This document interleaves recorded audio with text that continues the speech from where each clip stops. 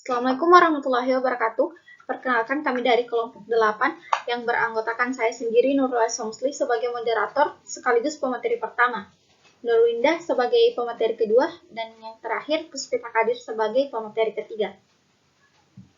Kami akan mempresentasikan hasil kerja kelompok kami yang berjudul Perang Salib atau Crusade.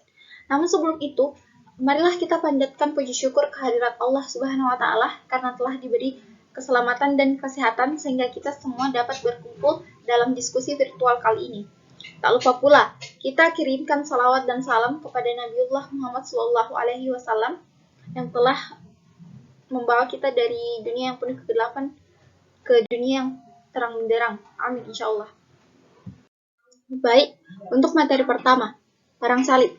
Perang Salib adalah gerakan umat Kristen di Eropa yang memerangi umat Muslim di Palestina secara berulang-ulang mulai dari zaman ke-11 Masehi hingga zaman ke-13 Masehi atau tahun 1096 sampai 1291 dengan tujuan untuk merebut tanah suci dari kekuasaan kaum Muslim dan mendirikan gereja dan kerajaan Latin di timur. Dinamakan Perang Salib karena setiap orang Eropa yang ikut berperang dalam peperangan memakai tanda salib pada bahu, lencana, dan panji-panji mereka. Perang salib pada hakikatnya bukan perang kepercayaan kepada Tuhan, melainkan perang untuk merebut kekuasaan kawasan. Hal ini dibuktikan bahwa tentara salib dan tentara muslim saling berbagi ilmu. Selanjutnya, penyebab terjadinya perang salib. Yang pertama, pengambil alihan Spanyol yang dikuasai oleh dinasti Umayyah. Yang kedua, usaha Paus Urbanus II untuk mempersatukan gereja. Yang ketiga, isu larangan peziarah Kristen untuk mengunjungi Yerusalem. Yang keempat, fitnah yang dihembuskan oleh pihak yang tidak bertanggung jawab. Yang kelima, kepentingan politik dari Kaisar Bizantium. Dan yang keenam, keikutsertaan rakyat jelata dalam perang salib. Dan yang terakhir, posisi para pedagang Eropa yang mulai terancam. Periodisasi perang salib. Perang salib pertama. Pada musim semi tahun 1095 Masehi, sebanyak 150.000 orang Eropa berangkat menuju Konstantinopel. Tentara salib yang dipimpin oleh Godfrey, Bohemond and Friedman ini mendapatkan kemenangan luhur. Pada tanggal 18 Juni 1097, mereka sukses menaklukkan Nisea dan tahun 1098 Masehi menguasai Raha atau Edessa. Selanjutnya, Syekh Imaduddin Sengi pada tahun 1144 Masehi, penguasa Mosul dan Irak, sukses menaklukkan kembali Aleppo, Hamimah, dan Edessa. Namun, beliau wafat tahun 1146 Masehi.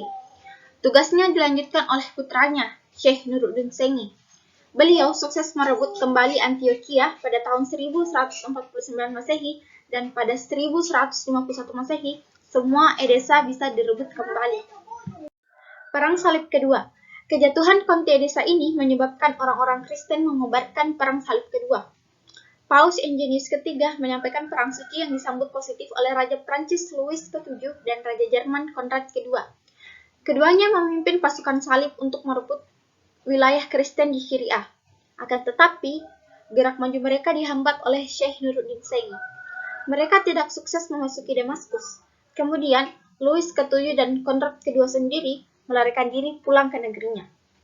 Syekh Nuruddin Sengi wafat tahun 1174 Masehi. Pemimpin perang kesudahan dipegang oleh Sultan Salahuddin Al-Ayyubi yang sukses mendirikan dinasti Ayyubiyah di Mesir tahun 1175 Masehi. Sesudah sukses mencegah pasukan salib untuk menguasai Mesir, hasil peperangan Salahuddin yang terbesar adalah merebut kembali Yerusalem pada tahun 1187 Masehi. Demikian materi dari saya, selanjutnya akan dilanjutkan oleh Saudari Nurwindah. Perang Salib ketiga. Jatuhnya Yerusalem ke tangan kaum muslim sangat memukul perasaan tentara salib. Mereka pun menyusun rencana balasan. Selanjutnya, tentara salib dipimpin oleh Frederick Barbarossa, Richard Sihatisingha, dan Philip Augustus. Pasukan ini bangkit pada tahun 1189 Masehi dengan jalur yang berbeda. Pasukan Richard dan Philip menempuh jalur laut, sedangkan pasukan Barbarossa menempuh jalur darat. Namun Barbarossa meninggal di kawasan Sisilia karena tenggelam di sungai, sehingga menyisakan Richard dan Philip. Sebelum menuju Tanah Suci, Richard dan Philip sempat menguasai Siprus dan mendirikan kerajaan Siprus. Walaupun mendapat tantangan berat dari Salahuddin, namun mereka sukses merebut Akka yang kesudahan dijadikan ibu kota kerajaan Latin. Perang Salib keempat. Pada tahun 1219 Masehi, meletus kembali peperangan yang dikenal dengan Perang Salib periode 6, di mana tentara Kristen dipimpin oleh Raja Jerman Frederick II.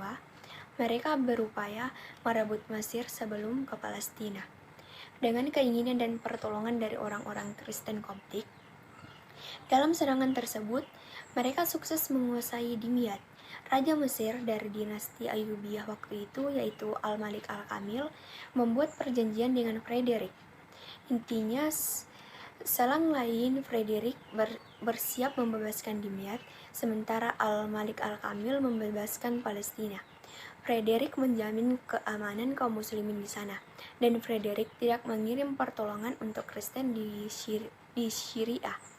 Dalam perkembangan berikutnya, Palestina bisa direbut kembali oleh kaum muslimin pada tahun 1247 Masehi. Pada masa pemerintahan Al-Malik Al-Sahi, penguasa Mesir selanjutnya. Dengan demikian, semua kota-kota yang pernah dibantah oleh pasukan salib, kini semua telah berhasil dibantah kembali oleh kaum muslimin tanpa terkecuali. Oleh sebab itu, Perang Salib telah berakhir pada tahun 1291 Masehi setelah berlangsung hampir 2 abad. Dampak Perang Salib. 1. Hancurnya peradaban Bizantium. Yang kedua, meningkatnya peradaban bangsa Eropa beberapa abad sesudahnya. Yang ketiga, umat Islam kehilangan sebagian warisan kebudayaan. Keempat, kebudayaan Islam yang mempengaruhi kebudayaan Eropa. Kelima, penemuan benua Amerika. Keenam, banyaknya korban jiwa dari kedua belah pihak. Yang terakhir, terputusnya jalur perdagangan Eropa dan Timur Tengah. Keadaan setelah Perang Salib. Meskipun pihak Kristen Eropa menderita kekalahan dalam Perang Salib, namun mereka mendapatkan hikmah yang sangat besar nilainya, karena mereka dapat berkenalan dengan peradaban Islam yang sudah maju. Bahkan peradaban yang mereka peroleh dari dunia timur menyebabkan mereka bangkit yang disebut dengan Renesansi di Barat. Perang Salib menghabiskan aset kekayaan dan putra terbaik dunia Islam. Akibatnya memerlukan waktu yang lama untuk memulihkan keadaan kembali seperti semula, karena seluruh kekayaan negara habis dialokasikan untuk biaya dan kepentingan perang. Demikianlah akhir dari Perang Salib yang telah memporak-porandakan sendi-sendi kekuatan Islam di dunia timur dan melahirkan Renesansi di dunia barat. Baik, materi selanjutnya yaitu peninggalan Perang Salib.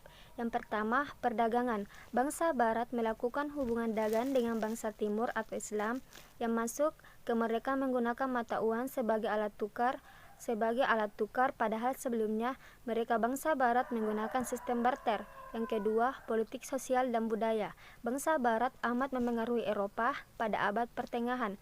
Perkembangan birokrasi yang terpusat dasar dari negara bangsa modern, sedang pesat di Prancis, Inggris, Burgundy, Portugal, Kastelia, dan Aragon. Banyak ilmu pengetahuan di bidang-bidang sains, pengobatan, dan arsitektur diserap dari dunia Islam ke dunia Barat selama masa Perang Salib. Yang ketiga, militer. Dunia Barat menemukan persenjataan dan teknik berperang yang belum pernah mereka temukan sebelumnya di negaranya, seperti penggunaan bahan peledak untuk melontarkan peluru, pertarungan senjata dengan menunggang kuda, serta membangkitkan semangat militer dan dengan gendang dan rembana di medan perang. Yang keempat, pegunungan Kaukasus. Di pegunungan Kaukasus, di Gogria, di dataran tinggi Kefsurti yang terpencil, ada sebuah suku yang disebut Kefsur yang dianggap merupakan keturunan langsung dari sebuah kelompok tentara salib yang terpisah dari induk pasukannya. Sebagian budaya Perang Salib yang masih utuh memasuki abad ke-20, peninggalan dari baju perang, persenjataan, dan baju rantai masih digunakan dan terus diturunkan dalam komunitas tersebut. Yang kelima, industri. Bangsa Barat banyak menemukan kain sekaligus peralatan tenun di dunia timur. Untuk itu, mereka mengirimkan berbagai jenis kain dari timur ke barat. Yang keenam, pertanian. Bangsa Barat menemukan model irigasi yang praktis dan jenis tumbuhan serta buah-buahan yang beraneka ragam. Mereka juga menemukan berbagai jenis kemenyan dan getah kayu Arab yang dapat mengharumkan ruangan. Yang ketujuh, astronomi, mempengaruhi lahirnya berbagai observatorium di barat. Yang kedelapan, kesehatan dan pendidikan. Bangsa Barat berhasil membawa dan menerjemahkan berulang kali ke berbagai bahasa yang ada di Eropa. Karya Ibnu Sina yang berjudul Al-Shifa tentang ilmu kedokteran yang dijadikan rujukan di berbagai universitas yang ada di Eropa sampai sekarang. Baik, itulah pemaparan materi dari kelompok kami. Untuk kesimpulan, Perang Salib adalah gerakan umat Kristen di Eropa memerangi umat Muslim yang ada di Palestina secara berulang-ulang. Kelompok kami juga lebih melihat bahwa isu Yerusalem dijadikan pemicu semangat para tentara salib, sementara faktor pecahnya Perang Salib adalah murni karena politik. Secara garis besar, dampak Perang Salib adalah saling tukar-menukar ilmu pengetahuan antara Kristen dengan Islam. Quote of the day. War does not determine who is right, but only who is left. From Bertrand Russell. Demikianlah presentase dari kelompok kami. Apabila terjadi kesalahan, mohon dimaafkan karena kami hanyalah manusia biasa. Terima kasih. Wassalamualaikum warahmatullahi wabarakatuh.